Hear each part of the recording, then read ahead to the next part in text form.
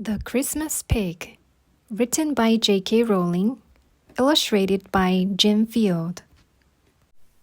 Chapter 25. Bother, it's gone. Jack jerked awake. Something soft was prodding him, and after a moment he realized it was the Christmas pig's trotter again. The cart was still moving. A ray of bright light was falling through the dent in Lunch's lid. Inhaler was still fast asleep, making little wheezy noises. "Time to get out," the Christmas pig whispered in Jack's ear. "Penknife just said we're nearly at Bother, it's gone. We'll slip out of Lunchy, then jump off the back of the cart. What if we're spotted? Well, then we'll just have to run as fast as we can. Ready?" "All right," whispered Jack, suddenly very scared.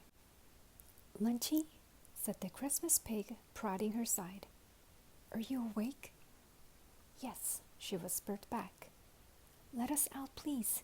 And don't forget, if you tell anyone you saw us, we'll tell them you helped us."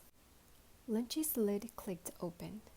Clutching his belly to stop the sound of his beans giving them away, the Christmas pig climbed out of the lunchbox into the bright sunshine, and Jack followed, leaving Inhaler snoozing behind them. Luckily, the wooden cart was last in the line of the vehicles, and as Penknife, who was driving, had his back to them, nobody saw Jack and the Christmas pig emerging from the tin. "I know you didn't want to help, but thanks all the same, Lunchy," the Christmas pig whispered, and he patted her gently on the lid. "You're very rude," the lunchbox whispered back. "But I hope the loser doesn't get you. Good luck." Slowly and carefully, Jack and the Christmas pig climbed over the back of the wooden cart, let themselves fall into the soft snow, then darted out of sight behind a clump of fir trees beside the trail. Looking around, Jack saw that the cart had taken them to the top of the mountain, from which they could look down on the wide stretches of the wastes of the unlamented. Disposable was no longer visible, nor could Jack see anything moving on the waste. He supposed the loser had eaten all the latest arrivals, unless the poor things were hiding in the clumps of thistles. Turning to watch the three carriages, he saw them disappear into the town, which was perched on the very top of the mountain. A glossy painted sign near Jack and the Christmas pig's hiding place gleamed in the sunlight.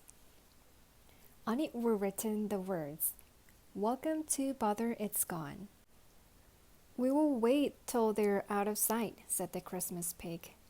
"Then sneak in town and try and find a toy who might know DP." Once the carriages had disappeared, they hurried up the trail and into Bother, it's gone. The new town was nothing like Disposable. Everything was clean and well tended. The snow-covered houses were all as snug, neat, and pretty as if they were made of gingerbread, their front doors painted in different colors. The roads had been swept clear, and multicolored Christmas lights were gleaming in more fir trees. In spite of being cold and shivery in his pajamas, Jack felt his spirits rise. He could just imagine DP living in one of these little houses. It definitely seemed like a place where things that were loved would be sent. "Let's try this way," said the Christmas pig, pointing up a side street.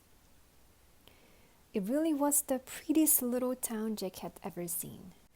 Through the snowy windows of the houses, he glimpsed roaring fires and cuckoo clocks, thick rugs, and comfy armchairs. The things they passed, a school tie and some exercise books, a fountain pen, and an old button, looked far more cheerful than those back in Disposable. Jack was sure these things must be valued up there in the land of the living to have been sent to live in such a nice, cozy place, yet he couldn't see any toys. Finally, he spotted a black chess piece who was standing talking to a large old-fashioned address book, whose cover was decorated with roses. "Let's ask the chess piece if he's seen DP," Jack said to the Christmas pig. Said the Christmas pig. "I'm not sure. A chess piece isn't really a toy." "He's the closest thing we've seen," said Jack. "Well, all right," said the Christmas pig. "But don't mention having a cartoon." I know, said Jack.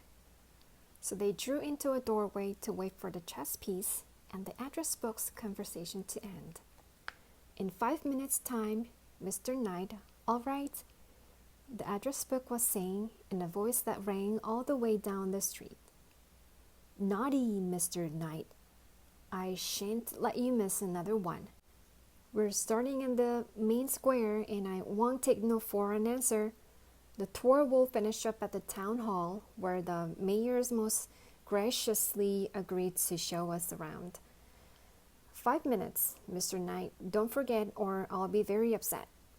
Laughing gaily, the address book bustled off, leaving the chess piece behind. As soon as she disappeared, the chess piece started to hop off in the other direction, going so fast that Jack and the Christmas pig had to run to catch up. "Excuse me," said Jack. "Yes," panted the chess piece, coming to a halt. His top part was shaped like a horse's head. "Have you seen a toy pig?"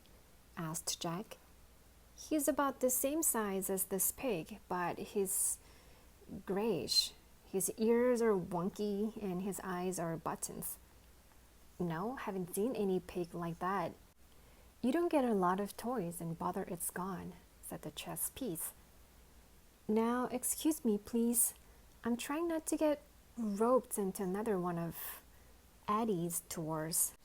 With these words, he gave a little whinny and hopped off again, disappearing into one of the snow-topped chalets and slamming the door behind him.